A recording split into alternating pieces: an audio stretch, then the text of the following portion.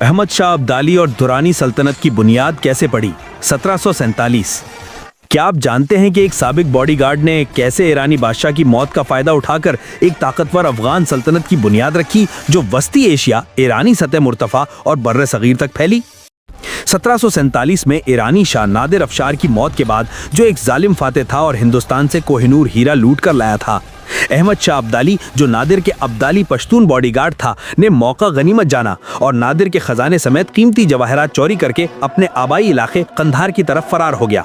وہاں پہنچ کے اس نے ایک تاریخی جرگہ بلایا جہاں مختلف پشتون قبائل جیسے ابدالی، غلجی اور یوسف زئی کو متحد کیا۔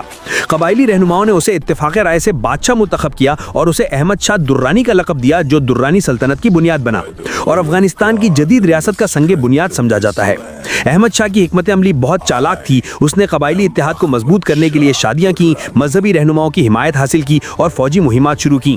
ابتدائی طور پر قندھار کو اپنا دارالحکومت بنایا جہاں سے سکے ڈھالے گئے اور سلطنت کی بنیاد مضبوط کی گئی۔ اس کی پہلی بڑی فتح قندھار پر مکمل قبضہ تھی جہاں اس نے مقامی حکمرانوں کو شکست دی۔ پھر کابل پر حملہ کیا جہاں مغل گورنر کو ہٹا کر افغان کنٹرول قائم کیا۔ اس کے بعد ہرات اور مشہد تک پھیلاؤ ہوا جہاں ایرانی علاقوں کو فتح کیا اور مغل سلطنت سے پنجاب اور سندھ چھین لیے۔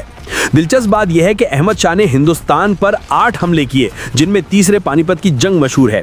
اس نے کوہ نور ہیرے کو اپنی ٹربن پر پہنا اور سلطنت کو معاشی طور پر مضبوط کرنے کے لیے تجارتی راستے محفوظ کیے، لیکن اس کی سلطنت قبائلی اتحاد پر مبنی تھی جو اس کی موت کے بعد کمزور ہوئی۔